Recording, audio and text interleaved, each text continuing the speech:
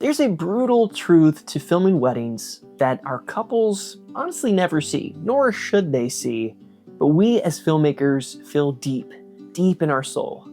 Filming weddings is not easy. Now, it does get easier to navigate the challenges and the obstacles and speed bumps and all the things as you grow and get accustomed to the wedding day. But one thing that never fully goes away is the pressure that rides on our shoulders as filmmakers and photographers. We always have to show up, both mentally, physically, technically. We have to perform even when we don't feel like it. So today, I just want to unpack the harsh realities of being a filmmaker, a photographer, a creative in the wedding industry, or just in 2025 in general.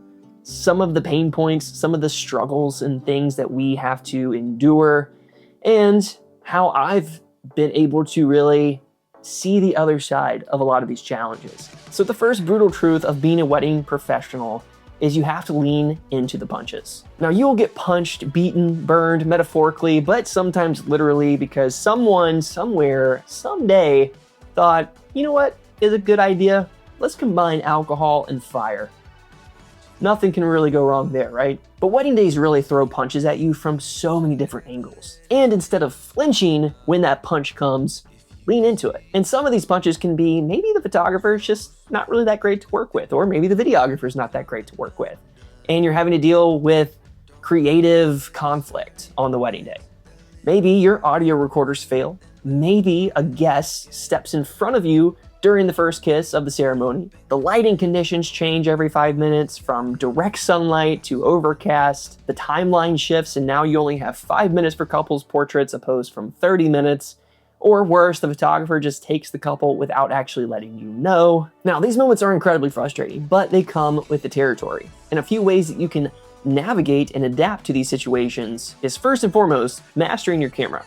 If you know how to change your settings, dial in exposure, dial in your focus within nanoseconds, you're gonna be just fine in those high stakes moments. Planning for the unexpected. Make sure you have backups rolling for your audio equipment. Anticipate a moment going wrong before it actually does, or if it does, so that you can just stay on your toes throughout the wedding day and make sure that you capture all the moments beautifully. And last, and most important, is don't let your emotions kill your creativity. In essence, the best thing that you can learn when it comes to wedding filmmaking or wedding photography is how to adapt to your surroundings without letting it affect your emotions. And believe you me, it's easy to let frustrations win, but if you do, it will ultimately kill your creativity throughout the day and disrupt the service that you're providing for your couple. What makes a great wedding filmmaker is not just the ones who capture moments beautifully, but who rescue moments from the unpredictable. Next, and arguably one of the hardest parts of filming weddings by yourself, even with a second shooter, is during those transition periods, especially if you're navigating multiple locations that leave you to make the tough decision on what you sacrifice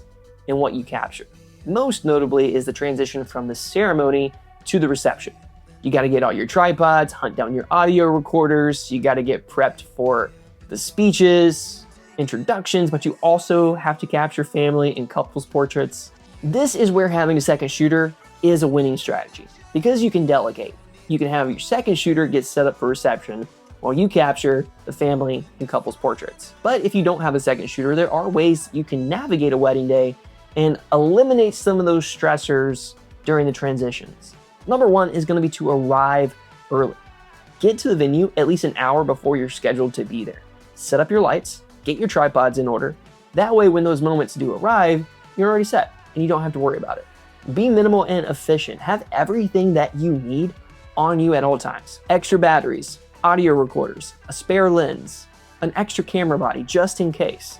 The more that you can plan and prepare ahead, the easier those transitions are gonna be. Wedding days usually never go according to plan.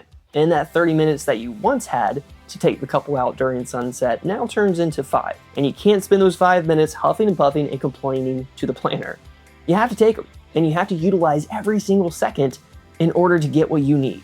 And the truth is, wedding days aren't film sets. They're real moments on a real timeline. And that means you have to adapt without panicking, create under pressure, and serve the story even with the limitations in time. And this is where a zoom lens comes in handy. Capturing multiple focal lengths while maintaining your position is crucial to building an effective scene in a short time frame. The most pivotal is probably working collectively with the photographer. You don't have time to second guess. You don't have time to be silent, especially if it's a photographer that doesn't align with your style. You have to speak up, you have to get what you need in order to serve your couple. And if you are limited on time, if you're dealing with a very erratic photographer that just jumps from one moment to the next without really giving any moments time to breathe, then you want to switch to 60 frames per second so that you can slow things down later and maximize every second for your film. All right, before we go any further, we got to talk about today's sponsor, Vidflow. Vidflow is a high quality delivery service, not just for videographers anymore, but for photographers as well. That's right, with Vidflow, you can now deliver beautiful photos and video all within one beautifully designed package. And I've been using Vidflow for the last few years, and it's been a game changer for me in how I deliver an exceptional first-time viewing experience for my clients. So if you're interested in checking out Vidflow, I will have a link down below where you can get 20% off an annual subscription. So head over to Vidflow so that you can start creating a beautiful experience that your couples deserve. Next, let's talk about the emotional and the mental exhaustion, especially if you are an introvert, which I 1000% am an introvert in an extroverted industry, and every single wedding day, I am more mentally fatigued than physically. But let's add the running around, the filming, the directing, staying positive, second guessing yourself, carrying all this equipment, trying to remain cool, calm, and collected, even in the face of adversity. I often find myself more mentally exhausted than physically after the wedding day, and the wedding hangover is a real thing. But some things that I do that actually helps me so much the day after a wedding is number one, staying hydrated. Bring some electrolyte packets. I use the LMNT brand. I just dump those in some water and they keep me running. Next, of course, bring some snacks, some energy bars, some nuts, whatever keeps you running. I typically like to fast on the wedding day. This works best for me, doesn't work for everybody, so do what your body tells you it needs. And the last is wedding filmmaking is not about perfection. It's safe to say that I think we can all be our own worst critics, especially when we mess up, when we don't capture a moment beautifully or in a way that we know we could have captured it better, or making those simple mistakes like forgetting to record. But the words that you speak to yourself, whether it's encouragement, whether it's criticism, they matter so much. And the best thing that you can do is just to give yourself some grace. Because everyone makes mistakes. I still make elementary mistakes from time to time, and I've been filming weddings for 13 years. Sometimes I forget to press record on one of my side angles during the ceremony. Sometimes I forget to format my SD cards, or sometimes I mess up my white balance, or I miss my focus during an important moment. These things happen, and it's okay when it does. Because again, wedding filmmaking isn't about perfection. Because sometimes those imperfect moments, the shaky footage, the soft focus, tell a more authentic story than a perfectly composed shot would have. You don't have to be perfect to create something powerful. You just have to keep showing up. You have to learn to dance with the chaos instead of fighting against it. And when you learn how to do that, that is when you capture magic every single time. But that's it for me on the brutal truth about wedding filmmaking. I hope you found this video helpful and valuable in some way. If you did, it would mean so much if you consider liking and subscribing. Drop a comment below. Either way, I'd love to hear from you. So until next time, keep creating and telling beautiful stories. Peace.